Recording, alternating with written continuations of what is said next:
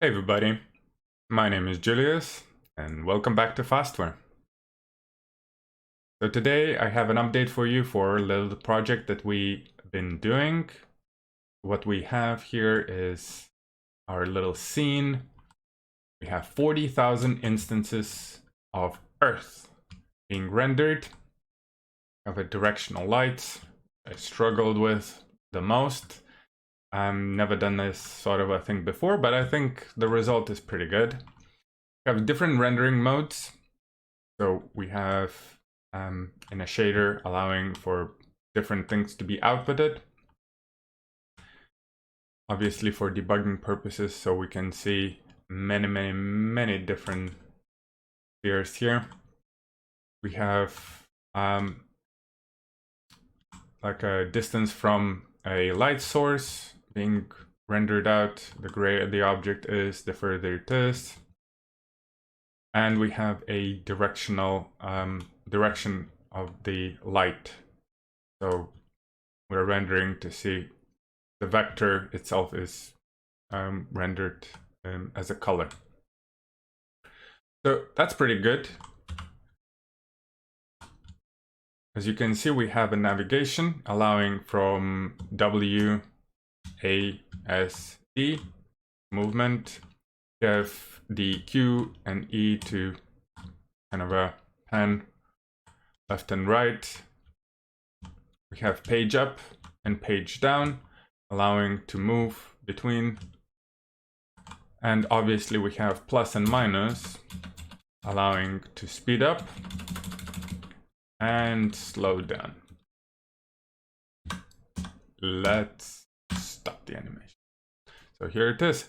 I think it's fairly important to allow for control of these things from the get-go to understand how the animation system and everything else will react to speeding up, slowing down things, as it is important in games to maybe allow users to control some of these aspects.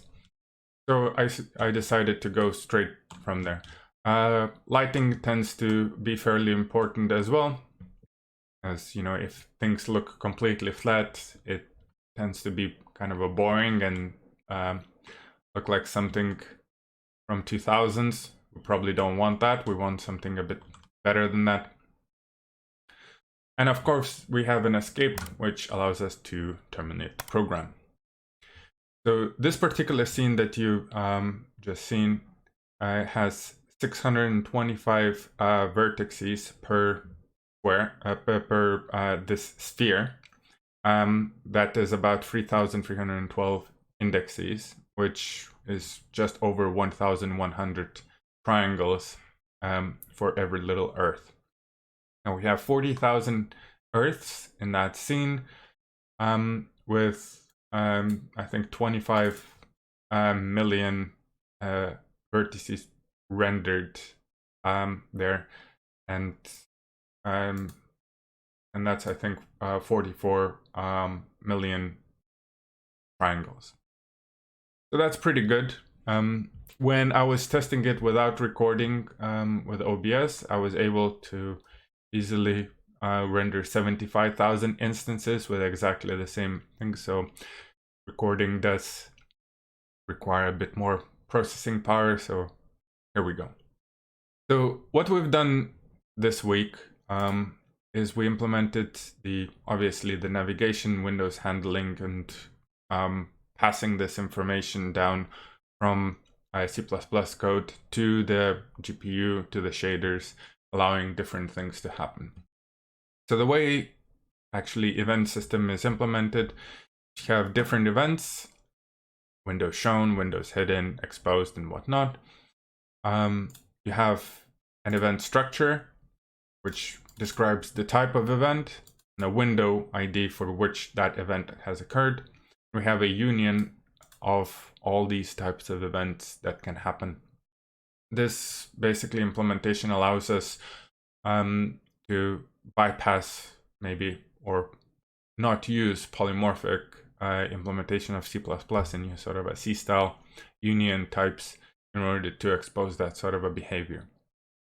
As you can see, every event either is completely empty because we just want to highlight that this is that type of event, or it has some fields associated with it. So these sort of things, when it's working with SDL, you can process one at a time, but we don't want to do that. We want to be able to process many at the time. That tends to help with kind of a speed and performance of your applications. So what we do is we pump all the events. We take 127, so I think this, yeah, max events is 128, so -1. We get all the events, and then we basically loop through them. We have a switch statement, which basically just selects all of them and kind of converts them from one type to another. And at the end of the event stream, we mark it with stream end. This will be apparent in a second why we're doing it like that. Additional things that we need for event processing is the get mod states, which is you press Control, you press Shift, you press something, Alt and whatnot. So these will be reported as mod states. So we have the current states and the previous states, which are getting copied. Also, we have all the keyboard states, so all the button presses of regular keys, you know, E, W, whatnot. At the end of each of these all events, we call processor, so process events, which is injected as a function pointer, and this is the process event which is being injected here to be called. Now, I'm utilizing the evil goto. If you haven't seen the video on evil goto, watch it. There will be a kind of a card in a corner, so check that out. So what we're doing is we're declaring a bunch of goto labels. We're taking a kind of a reference to that label and assigning it. So this allows us to have a direct jumps to labels. So each time event comes in, we extract the type of the event that acts as an index to this array. There's a const expr, which then immediately we arrive at a label. So we're given that label, we basically dereference the label so that it has a only single reference to the label, and it executes the goto. So that's pretty much how the goto jumps work. Obviously, we don't want to jump between functions. We want to maintain everything within the function. So that's, you need to be careful with that. Not saying that you don't. So how are general key presses work? So key presses, for something that doesn't involve time delta between each frame, you know, how long certain time has elapsed in the game. So just like speeding up game or changing the modes for rendering or hitting an escape, we can say when a key is released, a specific key code, we then want to do a specific action, changing a control mode, you know, destroying the window, all that sort of stuff. Now for everything else that is kind of a range, there is no set kind of amount you would need to move. You describe the amount you would like to move in the frame. So we have a duration of a 60 FPS frame. We take the actual system time delta.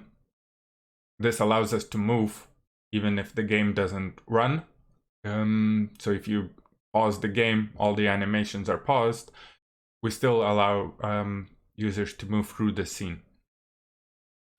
So now from the current states, we basically say if the state is 1, so it's sort of a Boolean or 1 and 0 state, that if the Q is pressed, then we want a pan. If Q or E, we pan one or the other direction.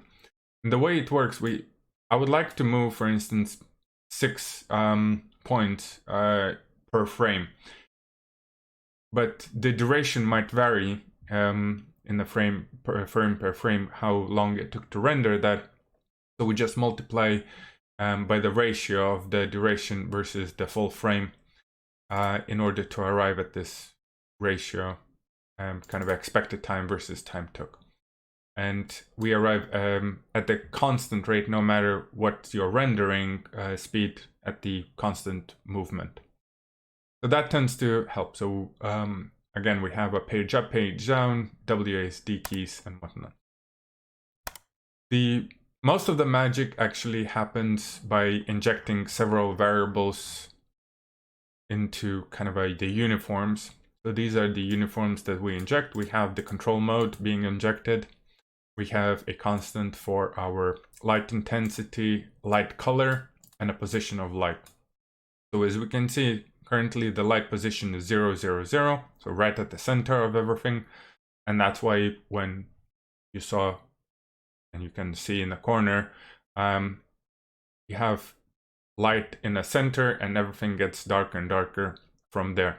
Obviously we could change that and see how it looks in a different position. So for instance, if we change to be 1000 minus 500 and I don't know, 500.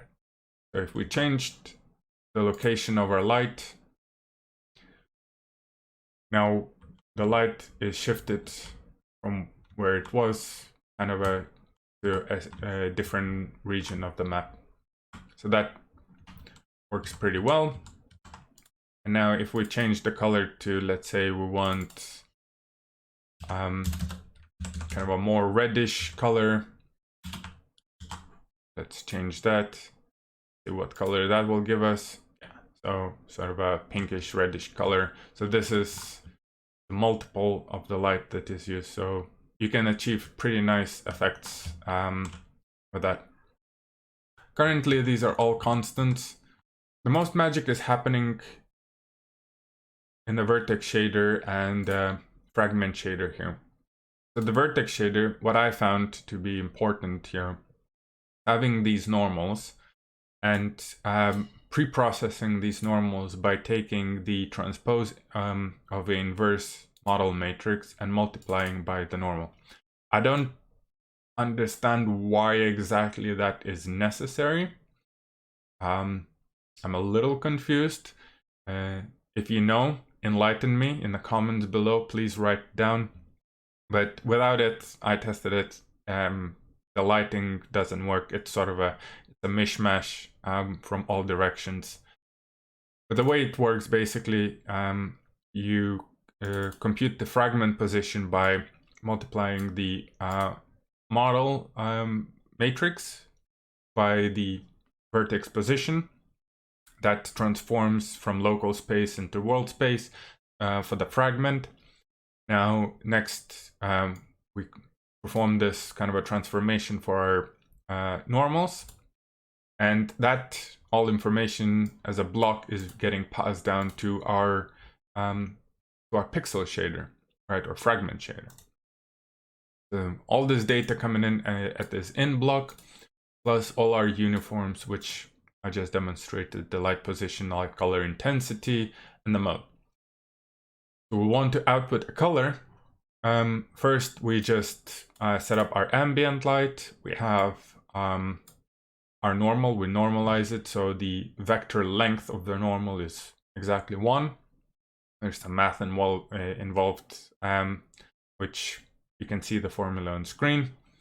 So light direction now is, you basically compute from light position and the fragment position, which we passed in. And then this diff, this is the cosine theta being computed by this dot product. This is between the normal and the light direction. So if it comes perpendicular, it comes face to face. That allows this sort of a more smooth shading on a surface. We compute the diffuse color by taking the texture and extracting for that pixel what color it's supposed to be and multiplying by this kind of a incoming light at the angle. Next, we have a distance, which is the vector length between the light position and the fragment position. Now, this distance is important if you want to allow this sort of a very bright in the center, and the further from the light source it goes, it gets darker and darker and darker. So this is sort of a effect that you get. I think the formula in physics is, for instance, how the light comes from the sun to Earth is 1 over r squared. So where r is the distance between the two objects. So this is basically what this is achieving. This is whatever the expression over r squared in order to achieve a kind of a light diffusing the further it goes from the center of the light source. Now, I hope you enjoyed this little kind of a walkthrough. Again, as I said, I am not an expert in OpenGL. If you have comments, if you have suggestions how to do this better, what I'm doing wrong, I'm sure we'll find some OpenGL problems and performance issues. Again, I am learning together with you. If you have some code that you want me to look at and help with the performance, the email for me is in a description as well. So send out a problem as you see it and the code to my email address, and I'll try to take a look and respond, maybe even create a video out of it. So with that, I would like to thank you. Let's look at those modes again and enjoy writing fast code. Cheers. Bye.